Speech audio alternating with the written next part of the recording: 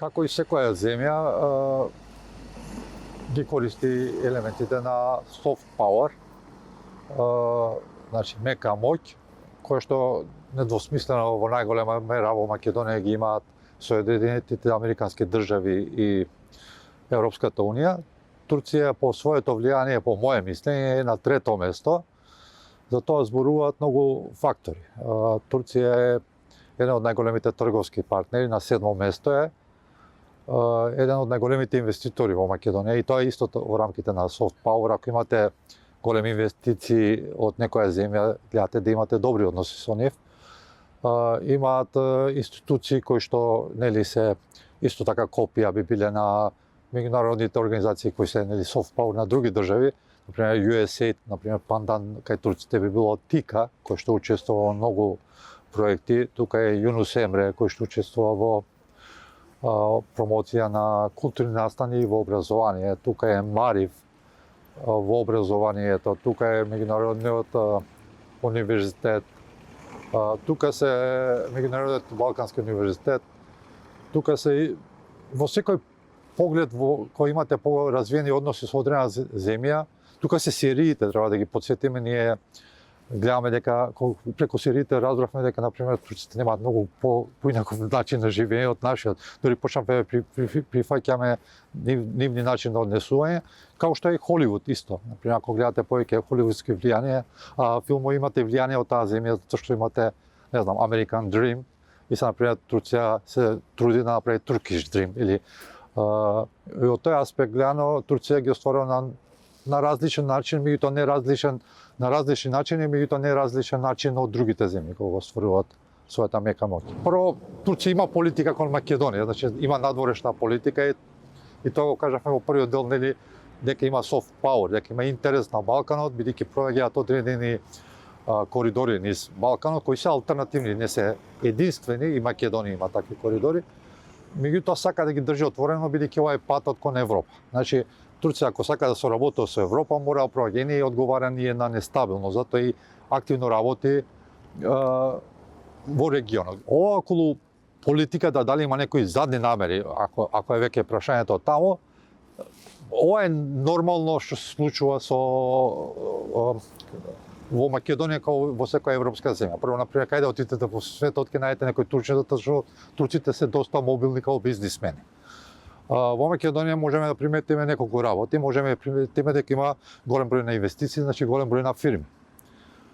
Тие фирми се, например, околу 4.000 ги видов, нели, по некои статистички податоци. Тоа значи дека има газди тука.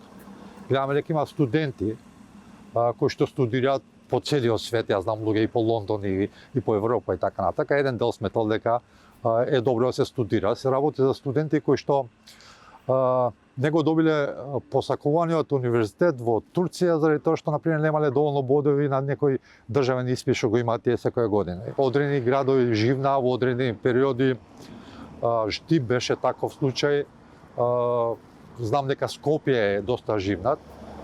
Еден елемент е исто така доаѓањето на туристи. Туристите се најголем број на туристи добиваме од Турција. И таа бројка ги тера и бизнисите, например, да се прилагодат на оваа ситуација која има доста турци во Македонија.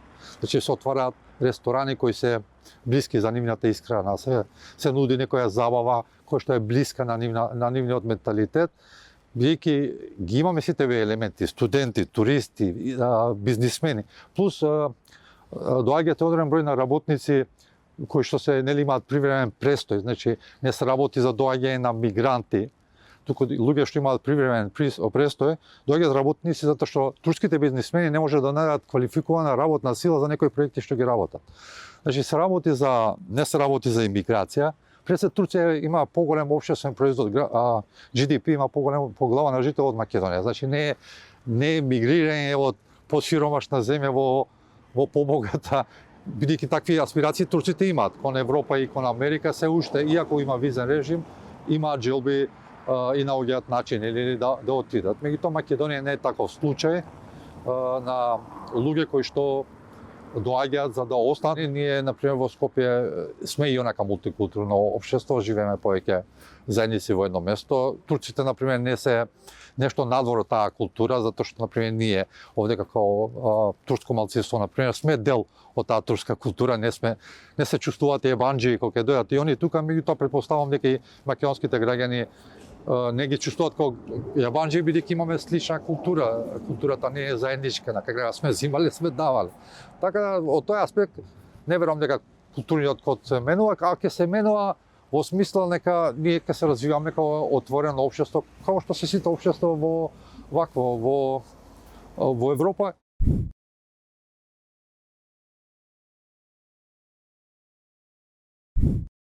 Не гледам дека и македонската влада е нешто произраелска ориентирана и така натака.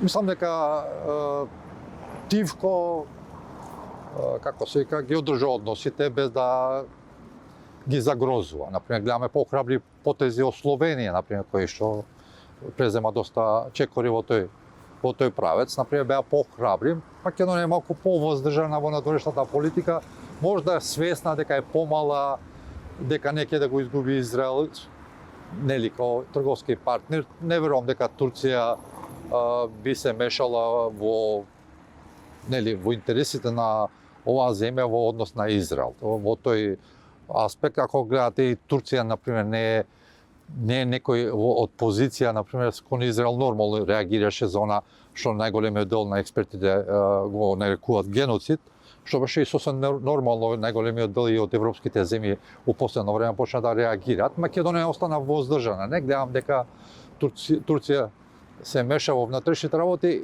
Имаше проблем околу ФЕТО одреден период. Ако се сеќаш, јас се сеќам дека имаше изјави, дури, например, амбасадорката беше малку повеќе од политиката дојдена и направи оштри изјави во смисла дека Македонија ќе плати цена за тоа што ја го поддржува Заман, кој што беше, нели, поврзан со ФЕТО и така натака, како вест.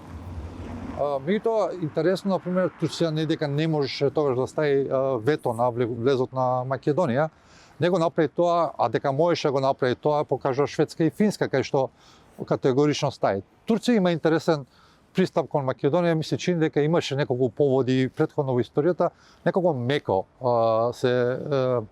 е мека доста во односите, има одреден интерес. Се сеќавам, имаше уште една реакција, беше од која Македонија одлучи ќе прави дипломатски односи со